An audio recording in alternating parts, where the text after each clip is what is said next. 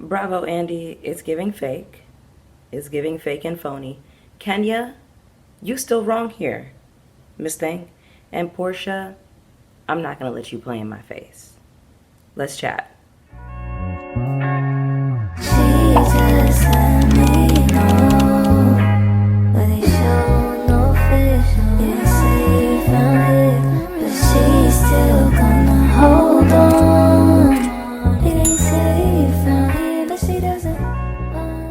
What's up, everybody? It's your girl Bonnie Scotch. Thank you so much for tuning into my video today. I wanted to bring you a little side conversation as it is related to RHOA. Okay, so there are a couple of things going on here. First things first. Oh, before we get into today's hot topic, go ahead and hit the like button for me. When you hit the like button, it is a free way to support the channel and also let YouTube know that I'm here and that you all are rocking with my commentary. Go ahead and hit the subscribe button. Hit the notification bell so you know what I'm posting as well. Okay, so let's start off with this story where Andy, which I didn't even know that Andy had a podcast. Who knew that Bravo Andy had a podcast? Get down in the comments. Who is listening to this podcast? No shade. So we have this clip of Andy talking to these, I'm not even trying to be shady. I don't know who these people are. I was going to say these two unnamed podcast guests, but let's take a quick listen and hear what they have to say. And there's a slide at the end of the show that says, Bravo, stop filming with Kenya after this event. Well, you know, they say, like, you know, there's all this talk of, you know, after the Me Too movement, it's like if you show someone a dick pic or a nude pic without them saying, yes, I would like to see that right now, that's like sexual assault.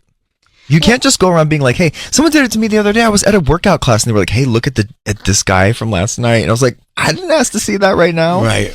Yes, Jordan? Well, I was going to say, the bad part of it and the sad part of it was that, like you said, it was Kenya's opening of her store that she's worked so hard for, and that it's been Kenya Moore hair care for years, and it was like a big moment for her. Why and did like she do that? She should have been celebrating herself, but instead she used the time to like do revenge porn and bring somebody else down. And at the end of the day, it was such a bad look for Kenya. Yeah, why would and she do that? And she sabotaged herself and her business. Yeah. What was she thinking? Joe. Okay, so Kenya had a response to that. She says the two co-hosts are extremely, she put it in quotations, okay? That's funny. The two co-hosts are extremely ignorant. S.A. is R.A.P.E. Remember, that's what Phaedra accused Candy of attempting to do to Porsha. Revenge corn? If someone showed Kim K's sex tape to you, is that revenge corn? I found that, plus tons of others online. She signed a release for it, so it's a fair receipt. Warning, if you are not an attorney and familiar with Georgia law, then shut the F up. Sick of the bias and selective outrage. These comments should not have aired. It's a podcast. Where is legal? I'm sorry. Her calling for legal for the podcast is funny. Kenya, I hate that you did this, and I hate... We'll get there. Anyway, you don't want activated Kenya. I shouldn't have shown at my event, but for the love of God, why would they ignore a clear pow-pow threat? Okay, now I'm with you on some things here, Kenya, and then... unfortunately, I'm going to have to tug on your ponytail a little bit today. Now, first things first, in this clip of Andy with his co-host, I have an issue with this. I do. This is what these people like to do. This is what they are notorious for. They put words on things, they put 100 on 10, just to make a situation much more hot than what it is. I'm going to give you an example of this. Remember a couple of years ago whenever Will Smith slapped the dog shit out of Chris Rock and Judd Apatow? Now don't ask me who this man is because I don't know her. But Judd Apatow got his ass on Twitter to say he could have killed him. This is what I mean about they put 100 on 10. What Kenya did could be classified as SH, as harassment. She's in a work environment. Think about it like this. If a coworker comes up to you and shows you another coworker's nudes, That is sexual harassment. And yes, you can absolutely go to HR behind that. I don't know. I just feel like these people love exaggerating some shit when it comes to black people business. Now, I get why Kenya is upset here, but Kenya, not so fast, mama. Not so fast. Kenya, I need you to understand this. If you are at work, never mind that you are at your own event. If you are at work or anywhere else and you accost someone with naked photographs of somebody else without their consent, it is considered SH. Sexual harassment, girl. Like, up and down, period. Like, that's not okay. I just feel like, back to the co-host, it is important to know the meaning of words. You can't just throw out SA just because it feels a little bit spicy on your tongue. Like, we got to be careful with the words that we use. As for Kenya, I do feel like she should be more apologetic than this. You offended people. Maybe not a majority of Team Twirl, but the people at the event walked out, girl. And I could see on your face that you were embarrassed and it was too late for you to stop the train. Also, I do think it is a little bit of a cop-out to cite Georgia law in this. Listen, let's take Georgia law out of this. Place you anywhere else in any other situation and setting. What you did, by literal definition, is revenge P. Literally. You sought revenge against this girl, and you did it poorly. You had the intent to humiliate her and embarrass her. Period. Full stop. And you should be apologetic about this. You should not be doubling down on what you did. Like, mama, this is crazy. Do you want your job at RHOA or not? Because here's the thing. It's giving that production doesn't, the execs, they don't want to pay for the OGs anymore. So they can pay all of these new girls, the starting salary, I don't know, $200K or whatever. We know that the OGs are making $1 million plus. You just wrote yourself out the budget. You did it to yourself, mama. It's like you're supposed to be political in this game and think about the entire picture. Think about the entire board. And I feel like you're not doing that. And I'm really disappointed because I just felt like ordinarily Kenya is so much more smart and so much more calculated than that as a businesswoman. When she said this bit about y'all don't want an activated Kenya more, girl, that sounds like a thinly veiled threat, mama.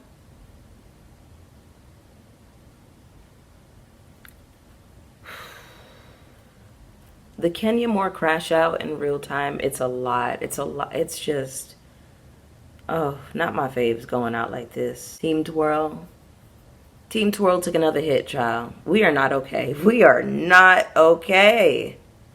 Oh, my Lord, have mercy. But back to Andy. Who even knew that Bravo Andy had a podcast until he decided to put his lips on a black woman? I've been watching Bravo for many, many, many years, over 10 years. I never even knew that Bravo Andy had a podcast. No shade. I've never even heard this man so much as promote his podcast. Does he speak on other Bravo scandals? Has he done this in the past? Because I haven't heard any other Andy clips cut up and, shared and distributed amongst, the blogs or anything like that. I've never heard or seen of such. So, all right, interesting. Also, something that really bothered me in this clip is I never once heard him reprimanding Britt for the threats that she issued against Kenya. I feel like the crowd at large and a lot of what I'm seeing in the comments, people are starting at point Z and not at point A. And point A is that this girl had it out for Kenya from the moment that she walked up. Nobody is addressing that. And that's crazy to me. And she got on Instagram last year and lied about it and said that she didn't threaten anybody and that she doesn't even own a pow pow. It's never a good feeling being targeted or hazed by someone I thought would embrace me into a new circle that I never met. For the record, I've never once had possession of any weapons or threatened anyone ever. I've never even been to jail, in a fight, or even had as much as a speeding ticket. That's not in my character. I am hurt by the narrative that's being displayed. Wrong is wrong. I think Kenya was saying that Andy kept reaching out to her to be, a support system to her. So I get that she feels like it's fake, that, you get on your podcast with your two co-hosts and y'all drag me. I just feel like If behind closed doors you are being a friend and you're being supportive with me, and then you turn around and get on your podcast or you get on YouTube and you talk shit about me, we're gonna be beefing. But it's just a crazy situation because at the same time, Andy is her boss. He's not y'all's friend. Kenya, they got you, girl. And production got you. Production probably didn't like you. And they were plotting on how they could help you get up out of here. You allowed yourself to get got. You, the MVP, allowed yourself to be taken out by a rookie in the name of poorly executed revenge. And again, at the end of the day, it's more beneficial for their pockets because they get to keep their $1 million that they would have paid you. This is so sad. I'm just a little bit concerned because whenever there's a big scandal, there is a way to handle things and let things play out so that you can gain favor once again. And I just feel like Kenya is going out like Nene Leakes, and I hate that. Like, you're really burning bridges with, you know, a company where you go and film for a few weeks and make $1 million. It's like, come on, like, you cannot squander your biggest bag like this. Next up, let's talk about Miss Porsha, honey. So Porsha has a YouTube channel. Now, there's a couple of things happening here. I just think it's interesting that all of a sudden you have a YouTube channel when you could have had one for years. So I'm like, my mind went to, okay, are you competing with Shamia still? And then a part of me feels like, oh, this is damage control. She wants to get ahead of the story. Now, she's basically saying on her YouTube channel that this is a scheme Drew, Dennis, and Ralph set up. And I just think it's so funny that Porsha sees herself outside of that dynamic. Like, her lack of self-awareness just really astounds me. Because Porsha, we have all been saying since the very first episode that it is clear that Drew and Dennis are your storyline. That you are using them to deflect so that you don't have to talk about your own messy-ass marriage or your own messy-ass divorce. Porsha, if we are 5 episodes in, and all you have ever done is talk about Drew and Dennis, they're your storyline. Why are you not connecting those dots in the same way that we are? Y'all, by the way, I tried to watch this clip at least 3-4 times. I'm going to be honest with y'all about something, and I'll talk about it in my next review because I noticed that it happens with certain people. When Porsha talks, a lot of the time, my eyes glaze over and I completely check out. Like, I check out of what she's saying. There are certain individuals when they talk that happens. I don't know if it's because like my brain interprets what they're saying as bullshit, so I kind of zone out and go into like another dimension and I start thinking about something else. I'm thinking about dinner. I think about content that I'm making later on in the week. I think about, oh, what time am I going to walk my dog? Like, my brain just cannot focus on what they're saying. So I tried to watch this clip so many times, but what I found funny in this clip is that Porsha is saying, me and Dennis don't get into each other's business, and I wouldn't care if he's sleeping with Drew, and he doesn't care who I'm dealing with. Dennis literally sat up in the first episode and told you to your face, oh, I had to watch you get married 6 times. Then 2 episodes ago with Drew, he's saying to her, oh, I had to watch her running around Nigeria eating fufu. So both of y'all absolutely care about each other's comings and goings. Like, we're not going to sit up here and play this game. I just wish Porsha would be honest, be truthful. It would be so smart of Porsha, so smart, if she had called Dennis over, like, listen, you my baby daddy. You know, we still dealing with each other. Let's, you know, play the game out. But they're playing this game of get back. They're playing this game of revenge against each other. Now it's Dennis's turn to get his lick back. Drew, at first I wanted to say, I don't feel like she knows she's being used as a pawn. But she said in the last episode that Dennis talks about Porsha all the time. This is messy. This is messy to me. Like, if I'm dealing with somebody and, dealing with somebody professionally, and I know their baby mother is somebody that I'm co-workers with, and the situation with them is messy, that's not a good business move for me. So it's like, Drew, you absolutely are playing a part in this, but I feel like, Porsha, you should be able to redirect and wrangle your baby daddy back in over to your house. Okay, so you can film with him. Y'all need to work this thing out. Clearly, y'all want to be with each other. Go ahead and be together and get that wedding special, girl. We know that Dennis cheated on you, but at the end of the day, we know that y'all love each other. We know that you forgave him. I never watched Porsha's Family Matters, but it's my understanding that Dennis was actually a fan favorite. So, Porsha, stop playing this game. You want that to be your man. He wants to be with you. Like, y'all are still actively co-parenting. Pilar is a little baby girl. I don't understand what the issue is for real here. Porsha goes on to say that this storyline is fake. But Porsha, the people are saying that this beef with Drew is fake. I have to expose something. Or maybe I don't have to, but I want to. I don't believe it. I don't believe the storyline. I don't. I really can see full picture now that the Dennis and Drew and Ralph, to me, feels like a made up storyline between the three of them. I'm sorry, I think so. And I think so because, just think about it. On this show, this is clearly my show and Drew's show, right? And the other wives, it's their show as well. But this is our platform, right? And a lot of people use the platform to like launch off whatever, and she's launching off music. So I feel like this plan of working together and doing something behind my back, like, you know, working together and all that, it was meant to be shocking to me. It was supposed to cause me to react like I did on the show, which would in turn make it a storyline and make it something that y'all would be interested in, which would make her album something to be interested in. And I'm gonna tell you why. My eyes kept glazing over whenever I was listening to Porsha go on about this. My eyes glaze over for Angela Oakley. I don't know. All of this talk about, oh, this is fake and this and that is just wild to me, because if it weren't for Drew, Porsha, you wouldn't even have a storyline. So I think you should be grateful to her. What else do you have going on, girl? Anchor where? You're giving friend of, and you have been one of the OGs on this cast for a long time. How are you giving friend of? Kenya Moore was suspended and she was giving anchor more so than you. Kenya Moore was giving in charge of the girls from the sidelines, nary a confessional, running the scenes, driving the story forward. Kenya Moore.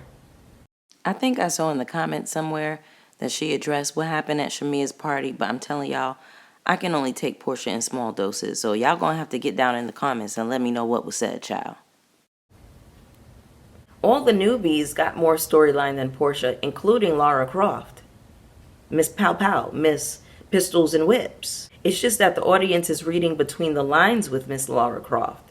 She hasn't presented what's really going on. She gives us a lot of subtext, right? A lot of subtext that we have to kind of read into, things that it makes us want to dig into what she really has going on, right? So we're having a fun and interesting time with Lara Croft's story because we're finding holes in it. So now it's become like a puzzle to us. I said it before and I'll say it again. Production knew exactly what they were doing when they casted Miss Colombiana, aka Britt Eady.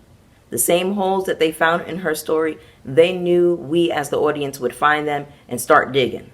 They knew that that would make for great TV and make for great, like, real-time, current, oh, what is going on with this lady? None of her stories add up. You know, her husband doesn't have a job. You know, for a brother who ain't got no job, you sure got a lot of connections to the underworld, Tommy.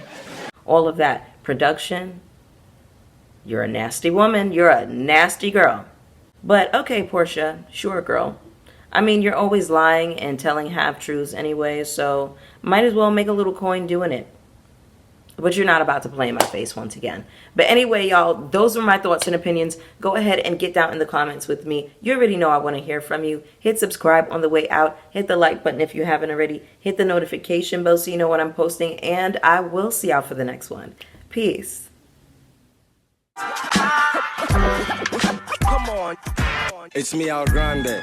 Or call me Papi Chulito. Yo tengo mucho loving for you mommies if you legal. For honeys, nothing equal to the way I tap that spot. Get your cat hot. Guess what? You hit the jackpot. Candlelight dinners for you winners. See, I'm like Don Juan. Beat me, sweetie. I get in ya. Sugar, I'ma put you in a beautiful